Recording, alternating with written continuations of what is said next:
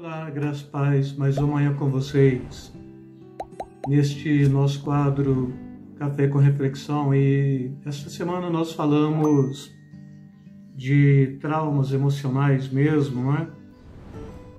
E a minha proposta foi que hoje e amanhã estaria falando de como curar estes traumas.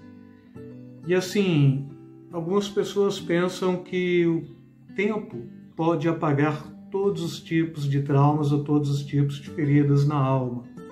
Se buscarmos isso como uma verdade absoluta, ela não chega a ser, de fato, uma verdade absoluta, porque o tempo ele pode curar muitas lembranças dolorosas, mas alguns de nós, em detrimento de um trauma sofrido, tentamos reprimir as dores da nossa alma com infecções de ações. E eu chamo essas infecções de ações pecado. É muito comum uma pessoa que tem a sua alma ferida por traumas que foram causados buscar aí refúgio em drogas, bebidas, diria até que em sexo também. E alguns pensam que estes três aspectos aqui, sexo, droga e bebida, pode trazer algum aspecto lenitivo, algum aspecto que tira a dor das lembranças. Na realidade, o que isto faz em nossas vidas é causar tão somente um torpor, um entorpecimento. Significa que está dormente, mas que não está curado. E se a gente perguntar, o tempo é capaz de curar muitas lembranças dolorosas? É capaz, sim, é capaz, mas desde que ela já não esteja infeccionada por estes três aspectos que eu falei para vocês, que a gente sempre tenta trazer como torpor, uma forma de anestesiar a ferida da alma, né? Os traumas da alma, que está relacionado com esta proposta dos três mesmo, né? Sexo, droga e álcool. E assim, de alguma forma, a gente vai perceber que são poucos os que logram êxito com o tempo para a cura dos traumas emocionais. E quando a gente para tentar analisar bem esta situação de uma forma mais detida, quem pode curar? De fato, esta cura ela tem que ser uma cura voltada para o ponto de vista espiritual, porque é a nossa alma, do ponto de vista da razão, a ciência trabalha com ela para alinhar o pensamento e para fazer conviver com alguns sentimentos. Mas quando se parte do ponto de vista alma, do ponto de vista espiritual ou da espiritualidade mesmo, nós vamos perceber que a alma ela é um pouco mais do que meramente um conceito que se aborda e que se cogita aspectos racionais para trazer uma orientação estritamente terapêutica ou estritamente secular para a cura ou para a libertação de traumas. E aqui eu diria que sempre o melhor remédio não é esta terapia secularizada, mas o melhor remédio é o que nós chamamos de aspecto cristocêntrico. Espírito Santo, próprio Jesus e o próprio Deus também, trabalhando neste aspecto da cura de nossas almas. E assim, cura interior ou cura dos traumas, né? Eu gosto mais de trabalhar com esse conceito de cura dos traumas, é a cura definitivamente daquilo que ficou impregnado em nossa alma, é o processo espiritual pelo qual a pessoa é libertada de ressentimentos, de mágoas, de rejeição, de autopiedade ou autoindulgência, como queiram, né? De culpa, de medo, de complexo. E esse complexo geralmente ele é de inferioridade. Ainda falei para vocês que toda tentativa de complexo de superioridade nada mais é alguém que tem complexo de inferioridade e que tenta demonstrar de forma diferente para os outros, e com isso traz este aspecto aqui de complexo mesmo, de superioridade, mas que na realidade é bem um complexo de inferioridade que te joga para baixo. Traumas e etc. Né?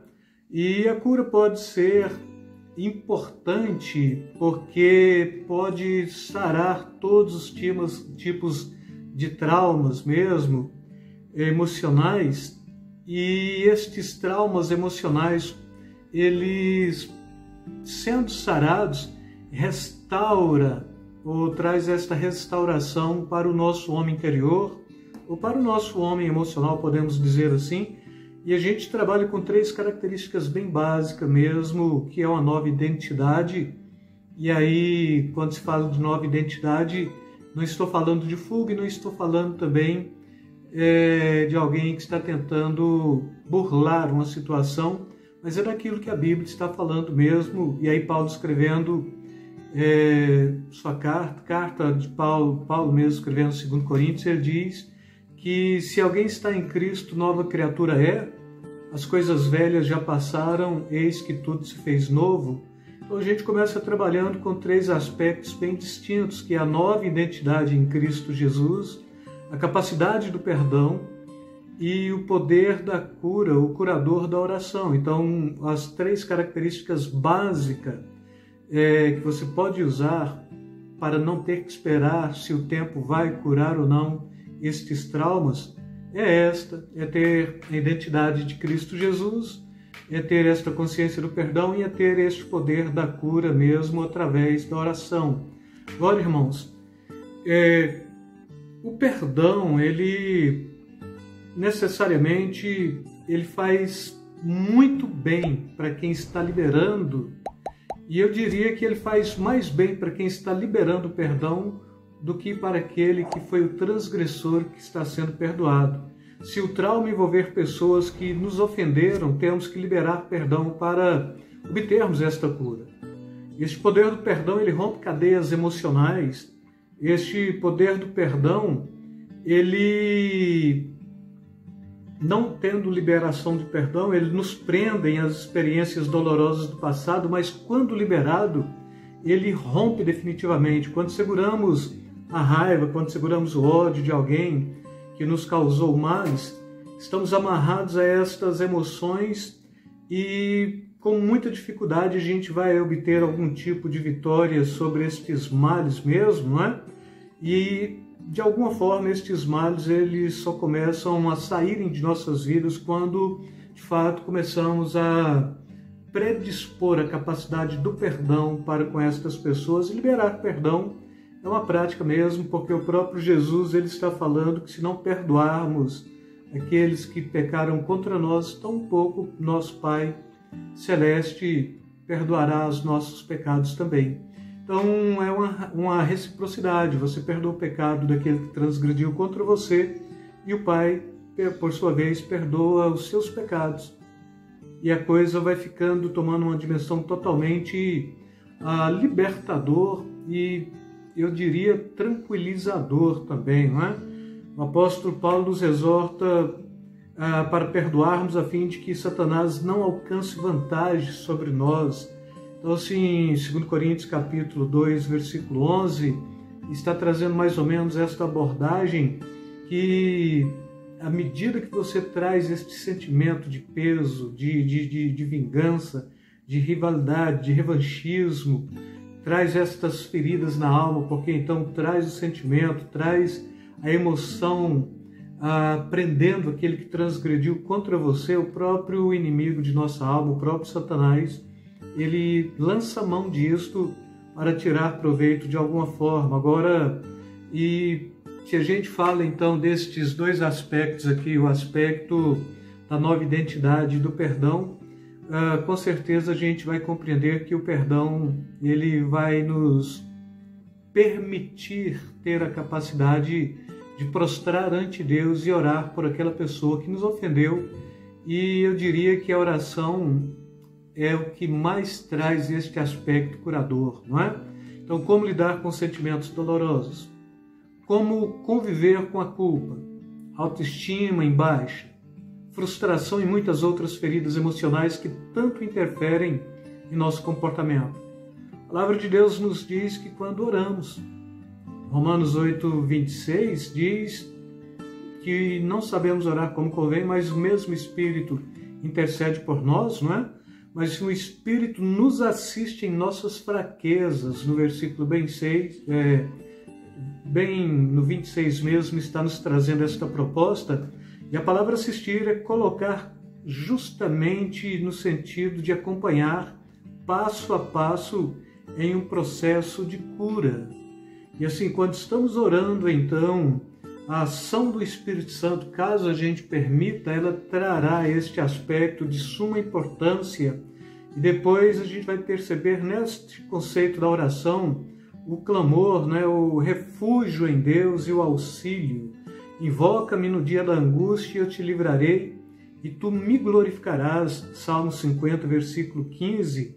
E depois o próprio salmista ainda no Salmo 46, versículo 1, ele diz: Deus é o nosso refúgio e fortaleza, socorro bem presente na angústia.